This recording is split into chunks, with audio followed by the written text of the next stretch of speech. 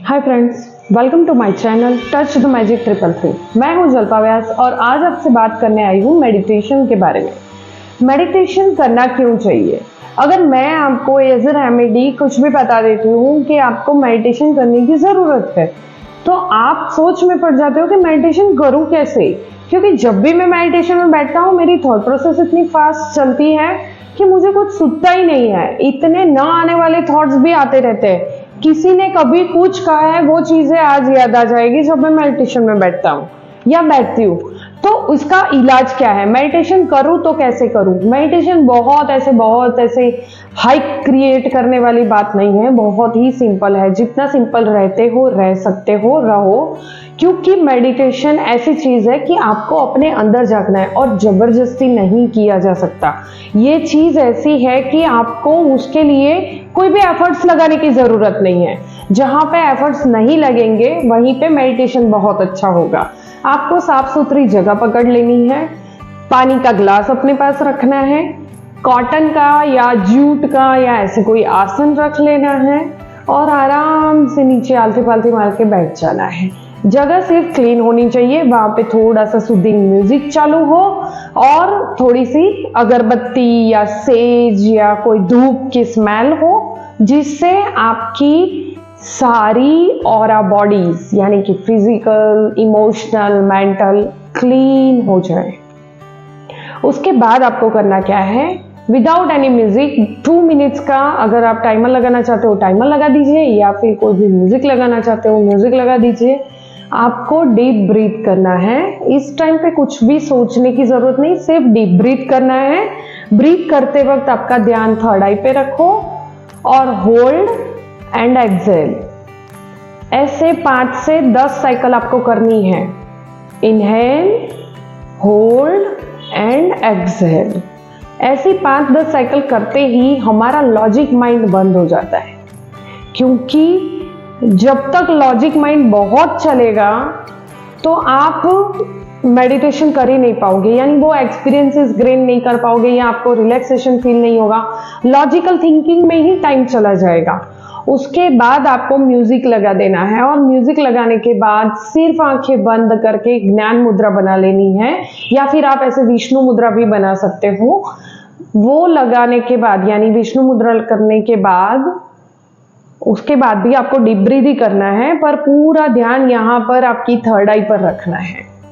आप कोई भी क्रिस्टल अपने हाथ में रख सकते हो। यहाँ पर आपको क्रिस्टल बॉल्स दिख रहे हैं, ऐसे बॉल आप अपने हाथ में ऐसे रख सकते हो और बॉल के साथ भी मेडिटेशन कर सकते हो। पर मैं इतना कहती हूँ कि आपको कोई भी क्रिस्टल या कुछ भी यूज नहीं करने की जरूरत है। आप सिर्फ शांत जगह पर बैठ जाइए जहां पर आपको आगे के 15 मिनट कोई भी डिस्टर्ब करने वाला ना हो। डीप ब्रीथ करिए और एक्सहेल करिए और ध्यान थर्ड आई पे रखिए और सूदिंग म्यूजिक चालू रखिए। अंदर से आंखें बंद होगी ना, फिर भी अंदर से आपको थर्ड आई की ओर देखने का प्रयत्न करना है। आपका कंसंट्रेशन लेवल, आपकी चेतना यहां पर लेकर जानी है। तब जाकर आपका सबकॉन्शियस माइंड एक्टिव होगा, आपको कोई विजन आएंगे। और शुरुआत में कुछ नहीं होगा। शुरुआत में होता यह है कि आपने किसी का भी कुछ भी सोचा नहीं है, उस बंदे के बारे में एक थॉट आ जाएगा, या फिर कल क्या हुआ था उसके लिए कोई एक थॉट आ जाएगा, या कोई भी अगर नेगेटिविटी से आप जूझ रहे हो, आपके लाइफ में कहीं पे स्टक हो या कोई भी फीलिंग नेगेटिव फीलिंग्स है तो वो आ जाएगी। तो ठीक है, आने दो। जो आता है उस पे ध्यान मत दो, अपनी सांसों पे ध्यान ले जाओ उस टाइम पे।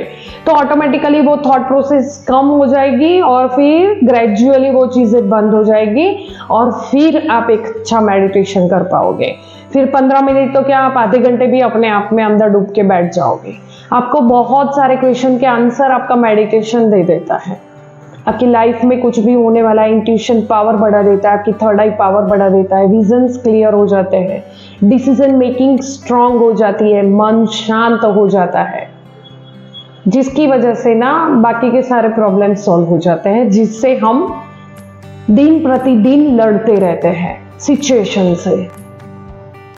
तो ये सिचुएशन अपने कंट्रोल में आ जाती है, अपनी लाइफ अपने कंट्रोल में आ जाती है। Meditation is the only key to grow emotionally, mentally and spiritually of course financially, क्योंकि ये जब अलाइनमेंट में आ जाता है तो हमें वो इंट्यूशन से पता चलने लग जाता है कि हमें आगे का स्टेप कौन सा लेना है जो हमारी ग्रोथ के लिए इम्पोर्टेंट है। और धीरे धीरे ऐसा बोलते नहीं, ऐसा फिक्स है कि हमारी जो भी emotional aura and mental aura है वहां पे बहुत सारे पैरासाइट्स होते हैं कि जो हमारी नेगेटिविटी पे जिंदा रहते हैं। यानी हमें अगर गुस्सा आता है ना तो वो बहुत बड़े हो जाते हैं। क्यों? क्योंकि उनका खुराक हमारी नेगेटिविटी है। वो पैरासाइट्स और बड़े हो जाते, इसलिए हम और अग्रेसिव हो जाते हैं।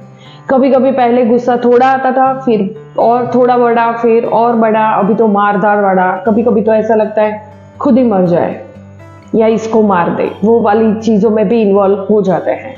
तो जब हम मेडिटेशन करते हैं तो एक डिवाइन लाइट जब हमारी ऑरा में आती है, क्राउन चक्रा के थ्रू हमारी सारी ऑरा में जब वो फैलती है तो वो धीरे धीरे वो पैरासाइट्स चले जाते हैं। यानी ऑटोमेटिकली सारी नेगेटिविटी अपने से दूर चली जाती है और हम सिर्फ और सिर्फ पॉजिटिविटी को ग्रैब करते हैं।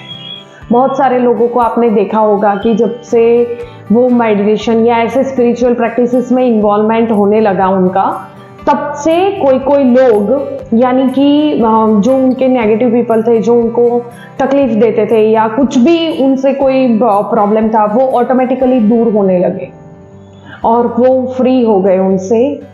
और फिर ऐसे पॉजिटिव पीपल जो ग्रोथ की बात करते हैं, जो बिजनेस की बात करते हैं या फिर जो स्पिरिचुअली ग्रोथ की, अपनी सोल ग्रोथ की बात करते हैं, वो उनसे अट्रैक्ट होने लगे। वो ऐसी एक्टिविटी में इन्वॉल्व होने लगे कि जहां पर उनकी ग्रो है। हमारा अल्टीमेट गोल है पृथ्वी पर आने का मोक्ष।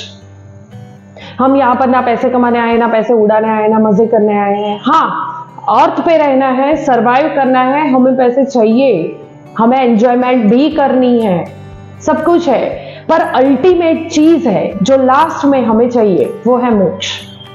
हम इस जन्म मृत्यु के फेरे से बचना चाहते हैं तो सोल को ग्रो करिए। आपकी सोल जितनी ग्रो होगी उतने ही आपकी सोल मैच्योर होगी और जल्दी से आप मोक्ष की ओर बढ़ते जाएंगे। नहीं तो फिर इसी कर्मास के संचित कर्मा, प्रारब्ध कर्मा एंड क्रियामान कर्मा के चक्कर में फंसते रह जाएंगे।